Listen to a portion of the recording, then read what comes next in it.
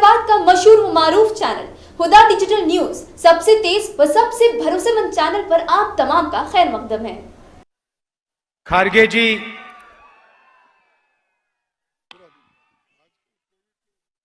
केसी वेणुगोपाल जी, रेवंत रेड्डी जी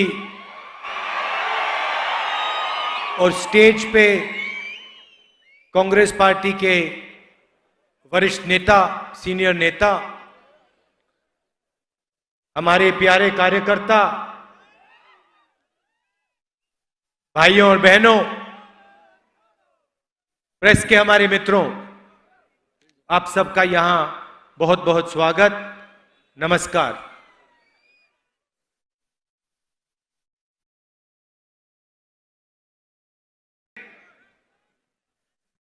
हमने ये भारत जोड़ो यात्रा कन्याकुमारी से शुरू की और हम हैदराबाद पहुंचे।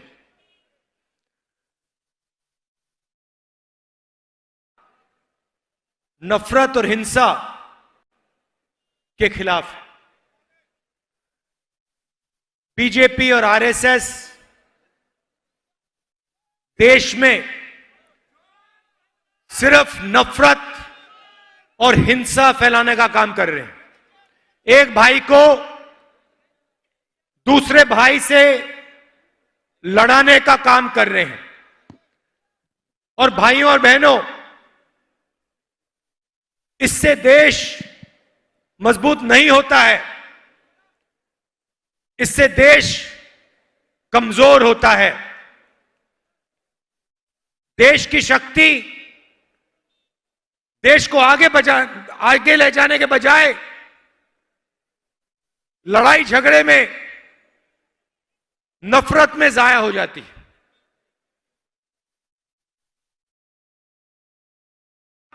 कन्याकुमारी से शुरू हुई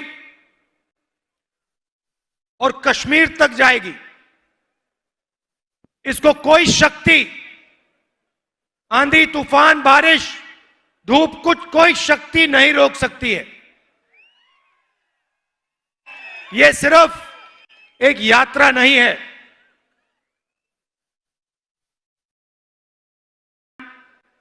कि सच्ची आवाज है। आप देखिए, यात्रा में आपको नफरत नहीं दिखाई देगी। नहीं हो रहा है, एक भाई दूसरे को गाली नहीं दे रहा है, किसी की पिटाई नहीं हो रही, प्यार से नदी जैसे लाखों लोग एक साथ चल रहे हैं। सब धर्म के लोग हैं, हर जात के लोग हैं, बुजुर्ग लोग हैं, युवा हैं, माताएं हैं, बहनें हैं, सब एक साथ चल रहे हैं। धक्का लगता है, कोई गिर जाता है, एकदम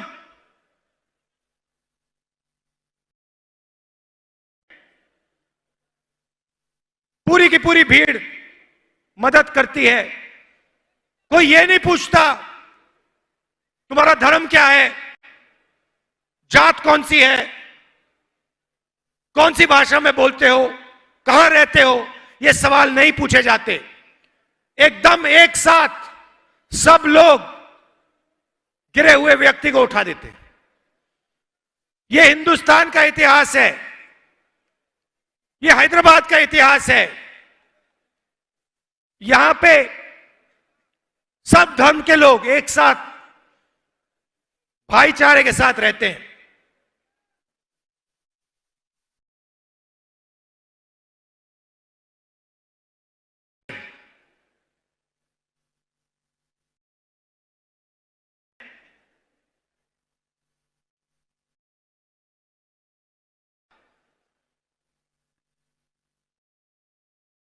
ज्यादा पोल्यूशन दिल्ली में है। पता लगा कि हैदराबाद नंबर एक नंबर पे है।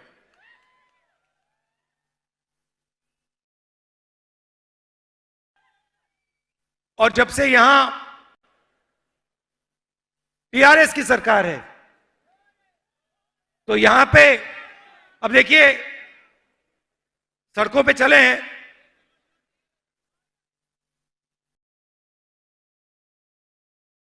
गड्ढे ज्यादा हैं।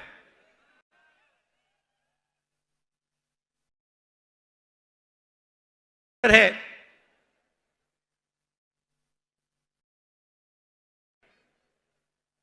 वो नहीं है। खारगे जी ने कहा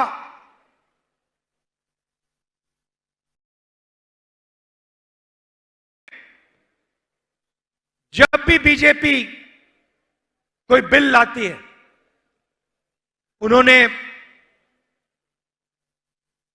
तीन काले किसान वाले कानूनों की बात की, मगर जब भी लोकसभा में राज्यसभा में बिल आता है,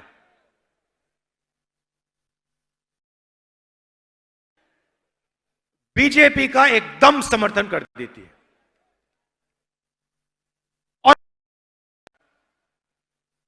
विपक्ष कोई मुद्दा उठा रहा है,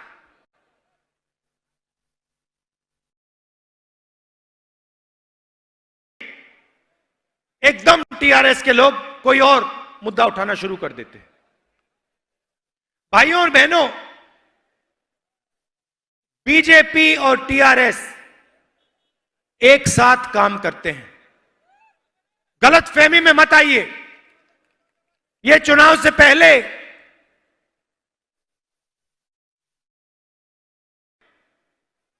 आपके चीफ मिनिस्टर, मगर डायरेक्ट लाइन है नरेंद्र मोदी जी के साथ।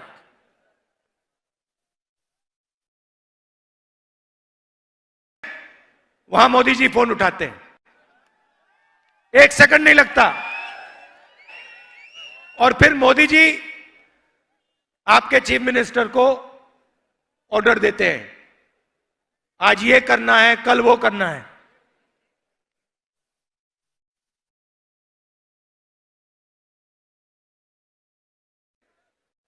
अब महीनों से चल रहा हूं तेलंगाना में, कितने 7-8 दिन हो गए, 7 दिन हो गए, किसानों से मिल रहा हूं, मजदूरों से बात हो रही है, युवाओं से बात हो रही है। 7-8 घंटे चलते हैं, 6 बजे शुरू करते हैं, और जैसे अभी आपने देखा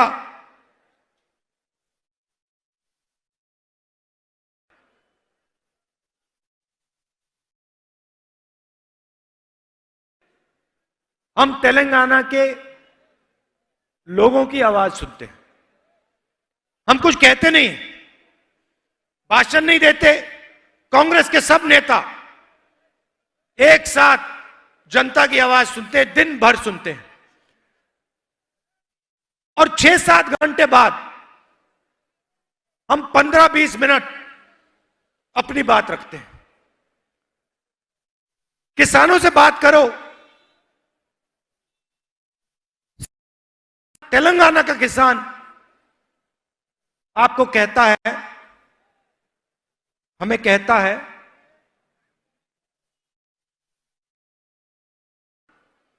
कितना भी काम कर ले,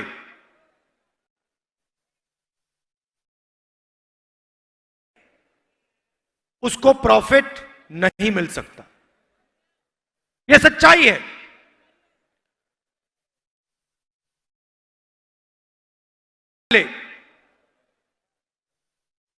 उसके खेत से उसको प्रॉफिट नहीं मिल सकता।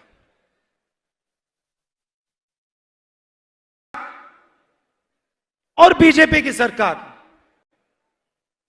किसानों की कोई मदद नहीं करती, एमएसपी नहीं दिलवाती, कर्जा माफ नहीं करती, उल्टा 3 वाले कानून लाई, और जो किसानों का है उसको किसानों से छीनने की कोशिश करी। युवाओं से बात करो, पहला कहता हूं,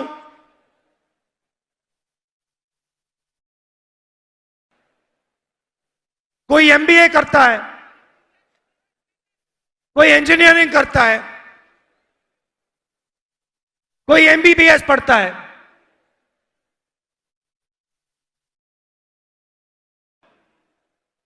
अच्छा, रोजगार मिला या रोजगार मिलने जा रहा है? सबके सब कहते हैं नहीं, रोजगार नहीं मिल सकता। तेलंगाना में, हिंदुस्तान में रोजगार नहीं मिल सकता।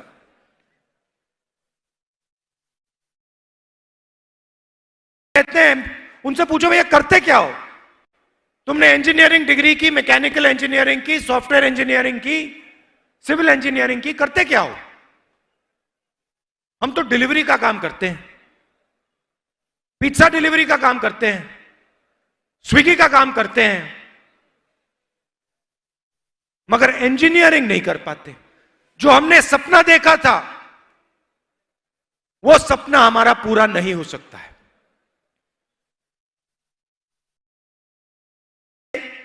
कि हर साल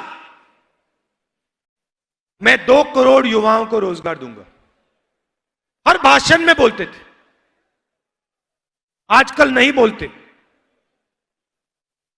ना आपके चीफ मिनिस्टर, ना हिंदुस्तान के प्रधानमंत्री रोजगार की बात करते हैं। युवाओं को यह नहीं बताते कि हमने रोजगार का जो सिस्टम था, उसकी रीढ़ की हड्डी तोड़ दी। भाई और बहनों, देश को रोजगार देता कौन है? देश को रोजगार छोटा व्यापारी, किसान, जो स्मॉल और मीडियम बिजनेस चलाते हैं, वो रोजगार देते हैं। नरेंद्र मोदी जी ने नोटबंदी करके, लागू करके, और कोविड के समय की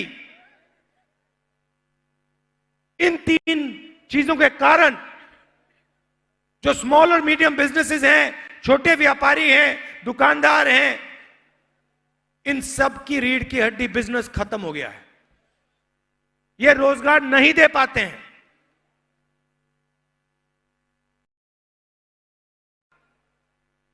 चुने हुए लोगों के लिए काम करती है। दिल्ली में नरेंद्र मोदी जी के 2-3 मित्र हैं, नाम आप जानते हो।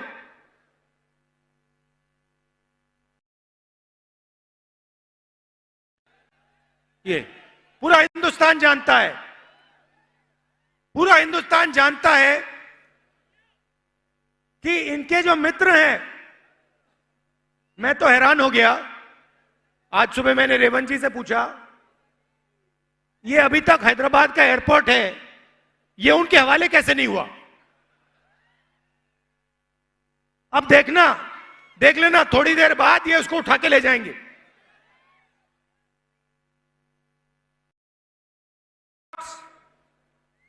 सड़कें, एयरपोर्ट,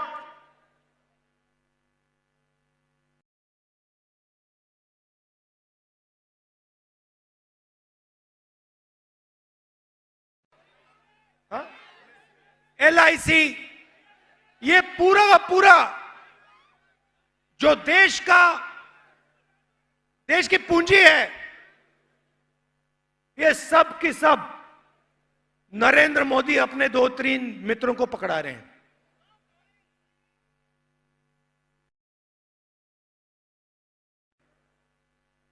इनका एक तरफ धरनी पोर्टल है,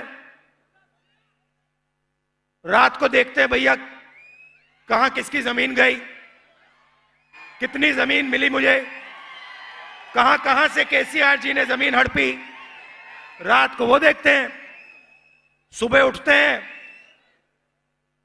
और इंफ्रास्ट्रक्चर के जो प्रोजेक्ट्स हैं, सिंचाई के जो प्रोजेक्ट्स हैं, उनमें से पैसा हड़पने का काम करते हैं।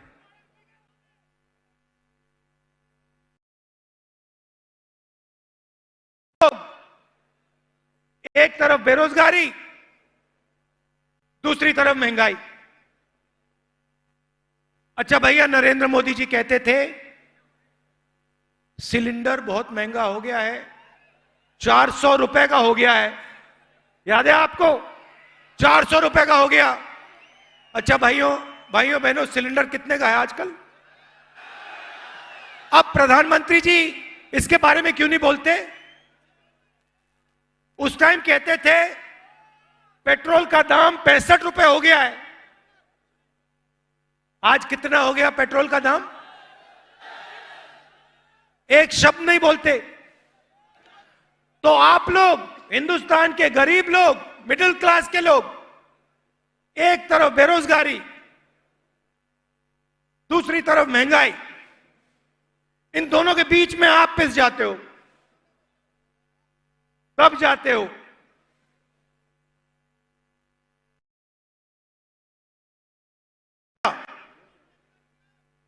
दो तीन उद्योगपतियों को मिलता है, वो जो भी सपना देखना चाहते हैं देख सकते हैं। उनको एयरपोर्ट चाहिए,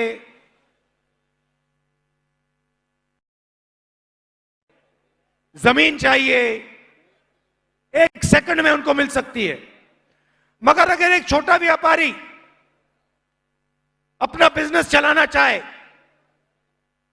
अगर एक दुकानदार लोन लेना चाहे, नहीं मिल सकता, सवाल नहीं उठता। ये लोग लाखों करोड़ रुपए का लोन ले सकते हैं। किसान लेता है, लोन लेता है, 50,000 रुपए का, लाख रुपए का लोन लेता है, वापस नहीं दे पाता है, एकदम उसको कहते हैं डिफॉल्टर हो, जेल के अंदर कर देते हैं, पार्टी मारते हैं, जेल के अंदर कर देते हैं। मगर अगर अरबपति लोन लेता है, वापस नहीं दे पाता, तो उसको डिफॉल्टर नहीं कहते, उसको कहते हैं ये तो नॉन परफॉर्मिंग एसेट है।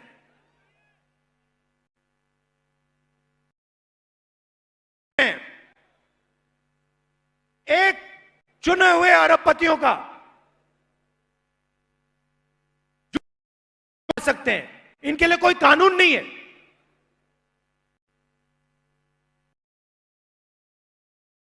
देखना चाहते देख लेते हैं, पूरा कर देते हैं। और दूसरा, हिंदुस्तान गरीबों का, किसानों का, मजदूरों का, मिडिल क्लास का, छोटे व्यापारियों का, स्मॉल और मीडियम बिजनेस चलाने वालों का, उसमें आपको कोई सपना नहीं दिख सकता।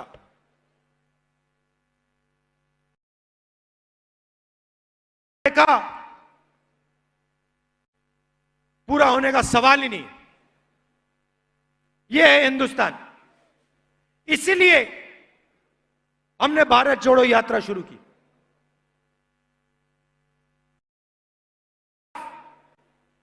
बेरोजगारी के खिलाफ, और ये जो हिंसा फैला रहे हैं, नफरत फैला रहे हैं, इसके खिलाफ।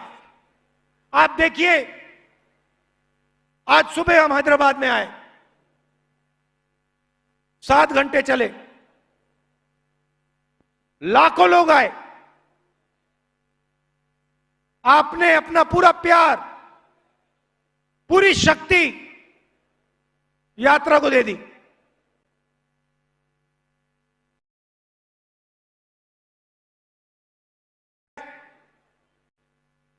व्यक्ति सुबह उठता है, थकान नहीं होती, 6-7 घंटे बाद चलने के बाद थकान लगती है। आप किसी भी यात्री से पूछ लीजिए, मुझसे मत पूछिए, आप किसी भी यात्री से पूछ लीजिए और वो आपको बताएगा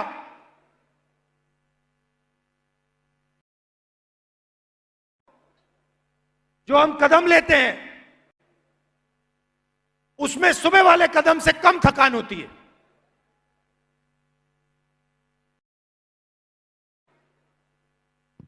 किसी भी यात्री को थकान नहीं हो रही है।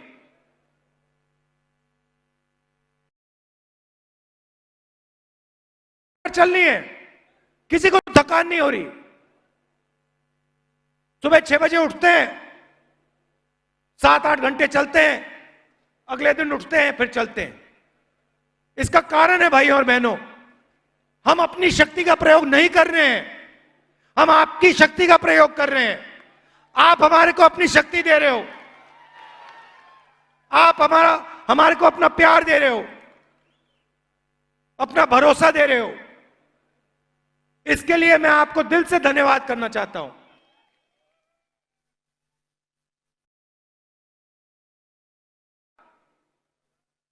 जो इंफॉर्मेशन टेक्नोलॉजी का सेंटर है, जिसने पूरे देश का नाम रोशन किया है पूरी दुनिया में, हैदराबाद को मैं दिल से धन्यवाद करना चाहता हूं और याद दिलाना चाहता हूं आपको कि अगर आप इंफॉर्मेशन टेक्नोलॉजी के सेंटर रहना चाहते हो, अगर आप आगे बढ़ना चाहते हो, नफरत के साथ आप आगे नहीं बढ़ सकते हो। सवाल नहीं उठता।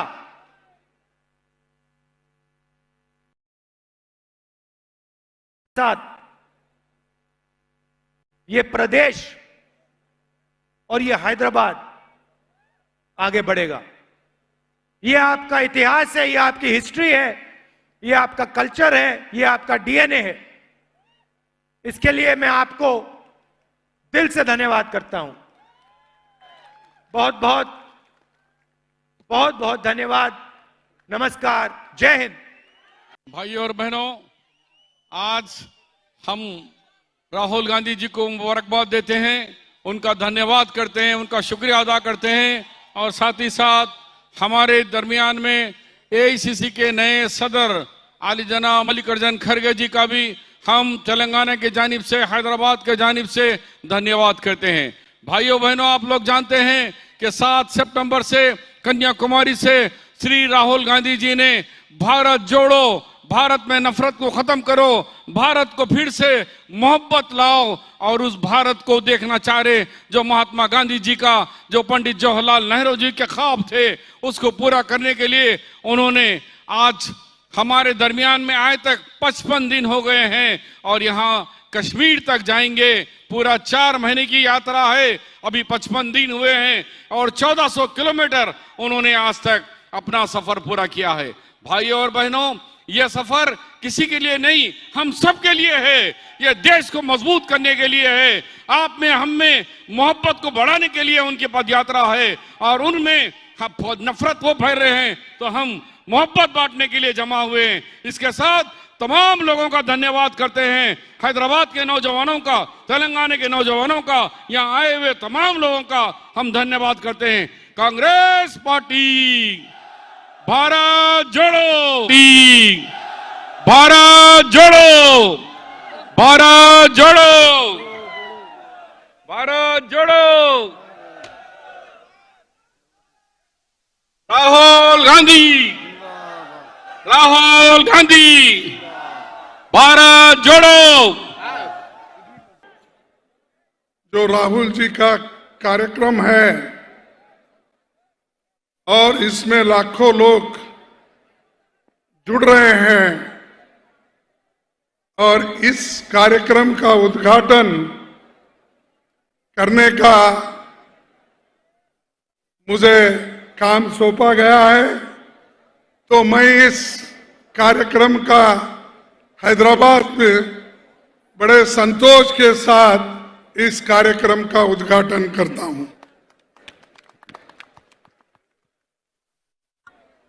भाइयों, आज इस मंच पे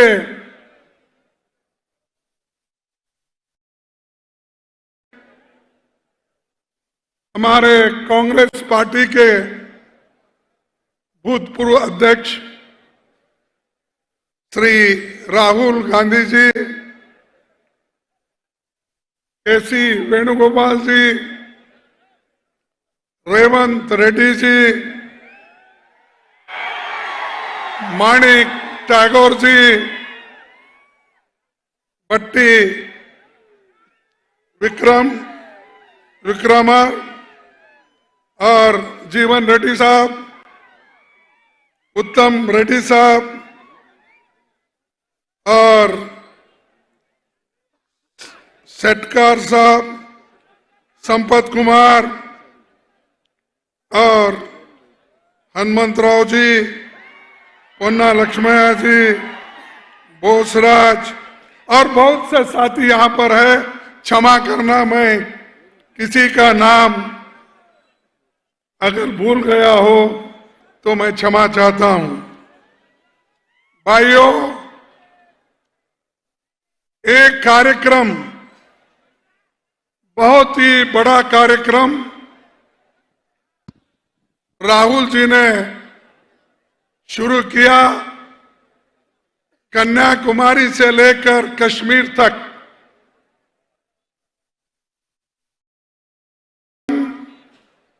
3,560 किलोमीटर चलने का, लोगों से मिलने का, लोगों के साथ बहस करने का, हर पार्टी के एनजीओस कोई भी हो, कि आज जो हिंदुस्तान में मोदी सरकार,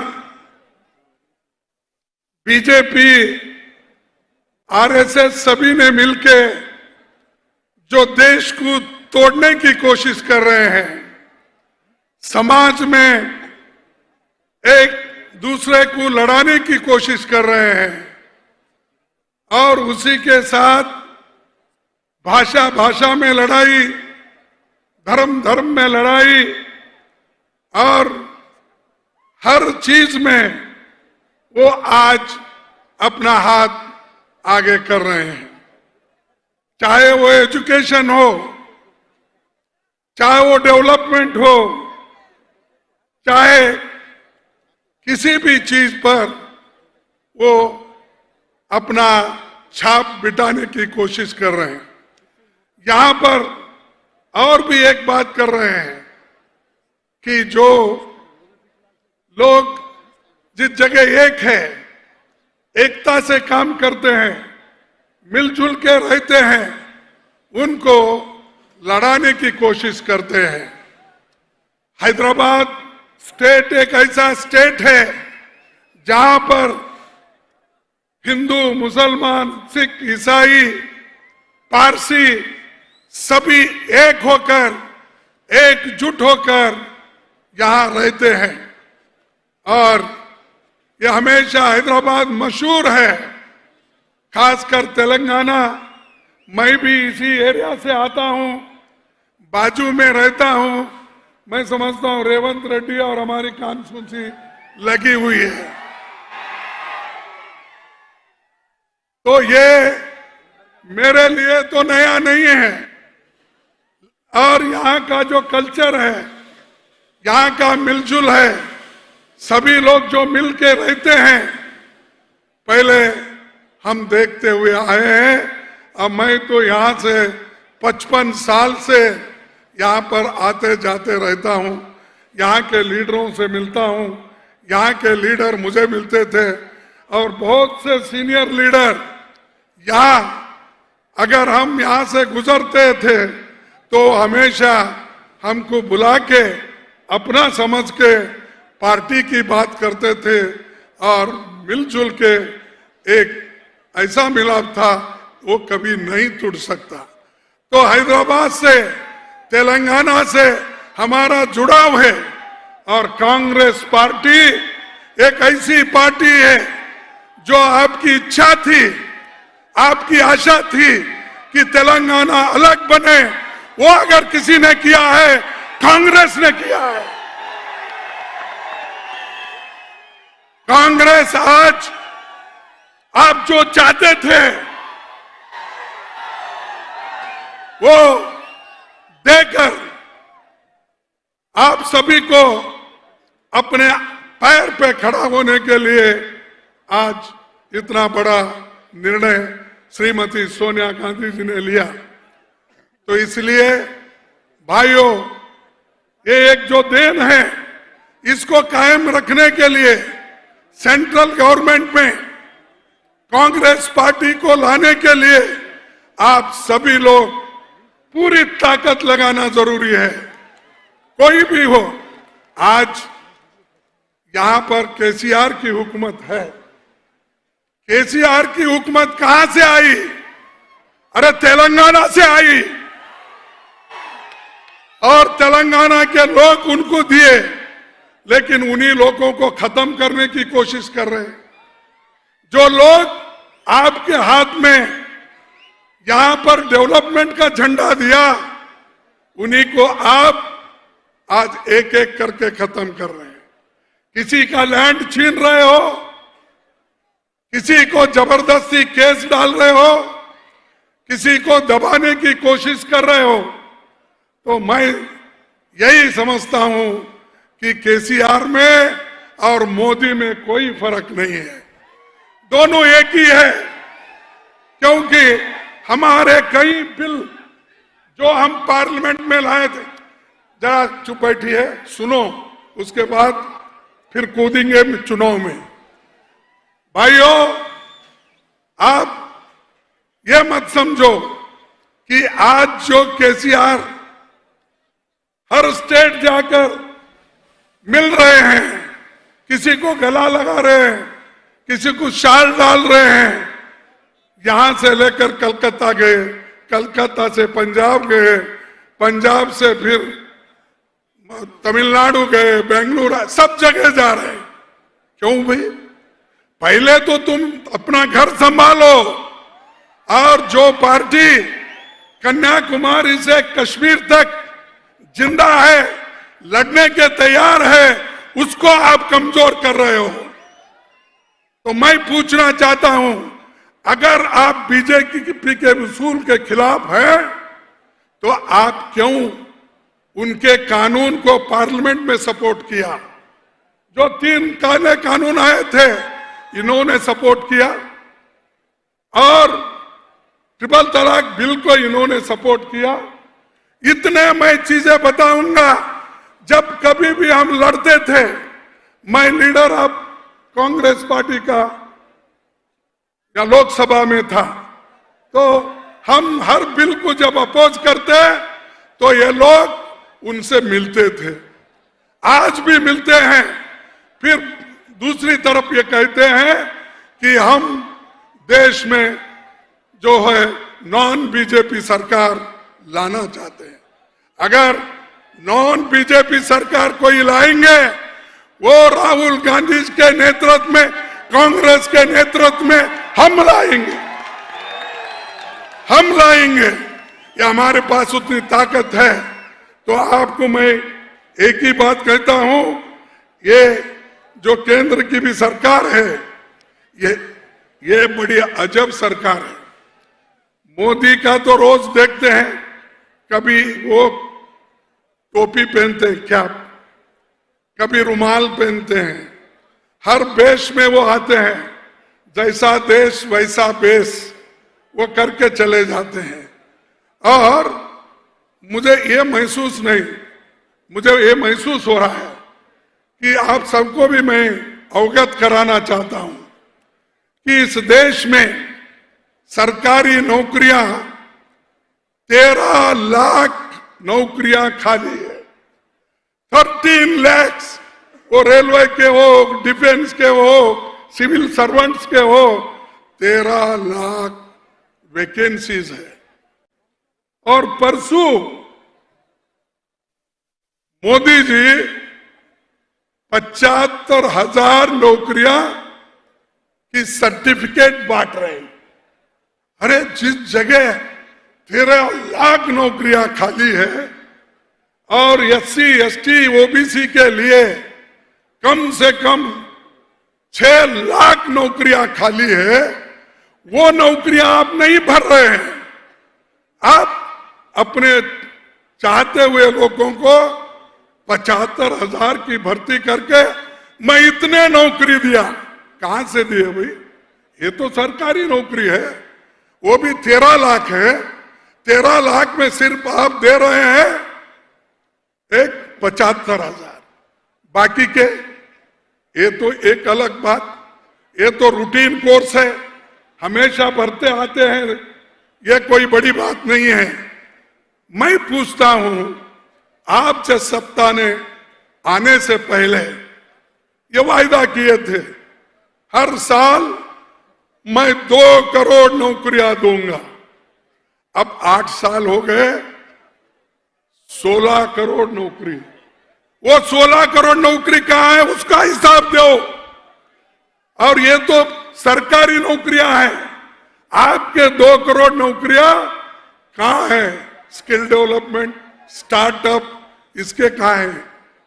देखो, ये झूठ बोलते जा रहे हैं मोदी जी, और झूठ बोलते बोलते लोगों को, युवाओं को फंसा रहे हैं।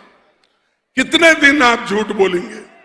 अगर ऐसा ही आप झूठ बोलते रहेंगे, देश एक दिन, इस देश का नौजवान उठ खड़ा होगा, जैसा कि आज भारत जोड़ो यात्रा में राहुल जी के साथ खड़े हुए हैं। चुप बैठो भाई,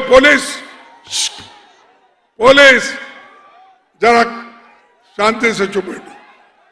तो ये आज इतने नौजवान लोग क्यों आ रहे हैं कि वो जो उन्होंने वायदा किया था, उस वायदे के मुताबिक वो चल नहीं पाए, इसीलिए नाखुश होकर अब रोड पे आए हैं।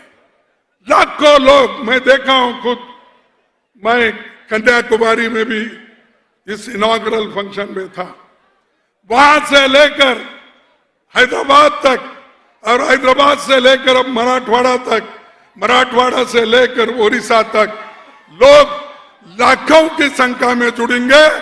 और आने वाले 2024 में कांग्रेस पार्टी की सरकार सेंट्रल में आएगी। और मैं ये आपसे कहूंगा, यूपीए की सरकार कितने काम किए हैं, लेकिन ये वक्त नहीं है बहुत से नेता बात करने वाले। और क्योंकि बार बार मोदी हमको पार्लियामेंट में पूछते हैं, बाहर पूछते हैं, जब 2 करोड़ का एक रिनोवेशन करके पुल उन्होंने उद्घाटन किया, वो 5 ही दिन में गिर गया और कम से कम 145 लोग मर चुके। जब यही हादसा बंगाल में हुआ था तो उन्होंने कहा कि यहाँ के लोगों का शाप ही कारण है, इसीलिए वो मर गए। तो मैं पूछना चाहता हूं मोदी साहब, आप तो सिर्फ 2 करोड़ रिपेयर के लिए वो जो पैसे देकर आपने जो पुल को बनवाया था, तो उस पुल पर चढ़ के नौजवान बच्चे और खासकर बूढ़े लोग भी आज 145 लोग अपनी जान खो पाएंगे। तो ये मोदी झूठ बोलते हैं, और झूठ का अगर आप सपोर्ट करते जाएंगे, एक दिन देश को तबाह और तंग कर देगा। तो इसलिए दोस्तों, हमारे काम क्या है ये आपके सामने है। वो हमेशा बोलते थे 70 साल में तुमने क्या किया। मैं पार्लियामेंट में उनको बार बार कहता था, अगर 70 साल में हमने कुछ नहीं किया होता, मोदी जी आप प्रधानमंत्री इस देश के नहीं बन सकते थे।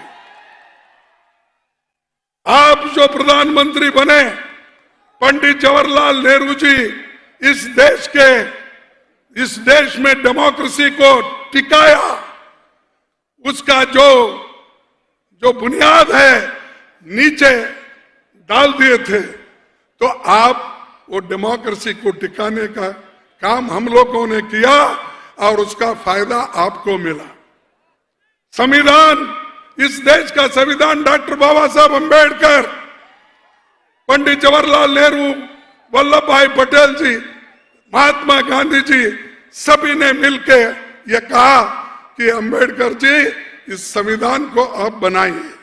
संविधान उन्होंने बनाया, और उस संविधान की रक्षा करने का काम किसने किया? कांग्रेस पार्टी ने किया। इसीलिए उस संविधान के वजह से, उस डेमोक्रेसी के वजह से आज मोदी प्राइम मिनिस्टर बन के घूम रहे हैं हर जगह। एक गुजरात में कम से कम 6 दिन से घूम रहे, एक इलेक्शन में, छोटी सी एक स्टेट का इलेक्शन, और भी जाने वाले हैं। हिमाचल जैसे स्टेट का इलेक्शन घोषणा करते हैं, लेकिन गुजरात का टाइम टेबल नहीं निकलता, क्योंकि ऐसे उनको बहुत से ऐसे पुल का उद्घाटन करना है जो मुरब्बी में गिरे, वैसे पुल का उनको उद्घाटन करना है। तो इसलिए दोस्तों, मैं आपसे ज्यादा कुछ नहीं कहता। महंगाई तो बढ़ रही है, अनएम्प्लॉयमेंट एक तरफ, महंगाई, पेट्रोल, डीजल, खाने की चीजें, हर चीज, बच्चों के पेंसिल, रबर, ऐसे चीजें भी मोदी ने जो नहीं छोड़ा, सब कुछ जीएसटी लगा दिया। एक तरफ जीएसटी की मार, एक तरफ महंगाई की मार, एक तरफ अनएम्प्लॉयमेंट, और आज 26 करोड़ लोगों का इनकम केवल 10,000 रुपए महीना है। 28 करोड़ लोग जो काम करते हैं, अब उनमें से 26 करोड़ लोगों की आमदनी वो केवल 10,000 रुपए है। तो आप सोचिए, देश आगे बढ़ रहा है या पीछे बढ़ रहा है। जवाहरलाल नेहरू जी ने इसीलिए तो 5 ईयर प्लानिंग लाए थे, लोगों को अनेक कॉलेज बना के दिए, medical college, engineering college, polytechnic, ITI, और हैदराबाद उसका एक सबूत है। जिस जगह हजारों लोग फार्मेसी में और दूसरे इंडस्ट्रीज में, HLA में जो काम करते हैं, ये हैदराबाद बना पब्लिक सेक्टर की वजह से। हैदराबाद को बढ़ावा मिला, इकोनॉमी को बढ़ावा मिला, क्योंकि पंडित जवाहरलाल नेहरू जी की सोच जो थी पब्लिक सेक्टर बनाने का, लोगों को नौकरी देने का। ये एक एक बेच के खा रहे हैं। ये तो इतना बेच रहे हैं, पूछो मत, कि मोदी और शाह मिलके ये 2 लोग और इस देश के 2 अमीर लोगों को बेचते जा रहे हैं। एयरपोर्ट नहीं छोड़ रहे, पोर्ट नहीं छोड़ रहे, रोड नहीं छोड़ रहे, हवा एक खुला छोड़े उसको एक टैक्स नहीं डाल रहे, नहीं तो बाकी सब बेच के खा रहे हैं। अगर मौका मिला, उनको कोई टेक्निक बताया, अगर आदमी जीना है, उसको ऑक्सीजन और हवा होना है, तो उसको कम से कम टैक्स लगाना चाहिए। अगर कहा तो वो भी कर जाएंगे, यानी किसी को नहीं छोड़ा। तो इसलिए ऐसे लोगों को पहले गद्दी से हटाना है। इसके लिए एक होना है। ये छोटी मोटी बातें आप भूल जाओ, कौन क्या दिया, किसको क्या मिला। अरे अगर देश बचा, हम बचे, डेमोक्रेसी बची, संविधान बचा, तो ये सब कुछ मिलने वाला है ना। अगर यही खत्म हुआ तो आपको क्या मिलने वाला? फिर गुलाम बन जाएंगे, फिर चंद लोगों के हाथ में आप रहेंगे। तो इसलिए भाइयों, मैं ज्यादा वक्त आपका न लेते हुए मैं आपसे यही विनती करूंगा, हम मिलजुल के आगे कदम बढ़ाएंगे। और आखिरी एक बात मैं कहता हूं, वक्त को बदलना सीखो, वक्त को बदलना सीखो, मजबूरियों को मत कोसो, मजबूरियों को मत कोसो, वक्त को बदलना सीखो, और हर हाल में राहुल जी के साथ चलना सीखो। और मोदी जी वो छोटी उड़ान पे गुरूर करते रहते हैं, लेकिन जो परिंदा अपने लिए आसमान ढूंढता है, लेकिन मोदी छोटे छोटे चीजों पे अपने गुरूर बताते, मैंने ये किया वो किया। तो इसलिए दोस्तों, इसको और मैं आगे न बढ़ाते हुआ इतना ही कहूंगा, हम थोड़ा फंस गए, क्योंकि हम सच बोलने वाले लोग, जो कुछ करते हैं वो सच बोलते गए, गरीबों के लिए करते गए। सोनिया जी ने फूड सिक्योरिटी एक्ट लाई, कंपल्सरी एजुकेशन एक्ट लाया, और मनरेगा जैसा स्कीम लाया। ये किसके लिए? ये गरीबों के लिए। हमने किया, लोगों को उसका फायदा हो रहा है। और ये सच है, लेकिन आज लोग झूठ बहुत बोलते हैं। उसीलिए झूठ बोलकर तो मैं भी दरिया पार कर जाता, झूठ बोलकर तो मैं भी दरिया पार कर जाता। डूबो दिया मुझे सच बोलने की आदत से, सच बोलने की आदत से मुझे डुबा दिया। ये झूठ बोलने वालों की सरकार अब आई है। तो इसलिए दोस्तों, आप सच के साथ रहो, जो काम करते हैं उनके साथ रहो, जो लड़ते हैं उनके साथ रहो, डरो मत। सरकार कुछ भी रहने दो, करने दो, लेकिन कांग्रेस पार्टी हमेशा गरीबों के साथ, नौजवानों के साथ, किसानों के साथ, SC/ST के साथ, OBC के साथ, पिछड़े हुए दबे हुए लोगों के साथ हमेशा रही है, रहेगी और युवाओं को भी हमेशा साथ देगी। मैं इतना कहते हुए मेरे 4 शब्दों को समाप्त करता हूं। जय हिंद, जय तेलंगाना। मैं एक स्लोगन दूंगा, आप उसको अपनी आवाज में जोर से मिला देना। जोड़ो जोड़ो भारत जोड़ो। अरे अगर KCR भी सो गया है तो उठना चाहिए, ऐसा जरा जोर से। जोड़ो जोड़ो भारत जोड़ो, जोड़ो जोड़ो भारत जोड़ो। जय हिंद, जय हिंद, जय हिंद, जय हिंद, जय हिंद। जय हिंद। धन्यवाद, आप सबको नमस्कार। हमारे YouTube चैनल हुदा डिजिटल न्यूज को YouTube पर सब्सक्राइब करें, लाइक करें और शेयर करें अपनी दोस्त अहबाब के साथ। इसके अलावा Instagram और Facebook पर भी फॉलो करें। लेटेस्ट अपडेट्स के लिए हुदा डिजिटल न्यूज के साथ जुड़े रहें।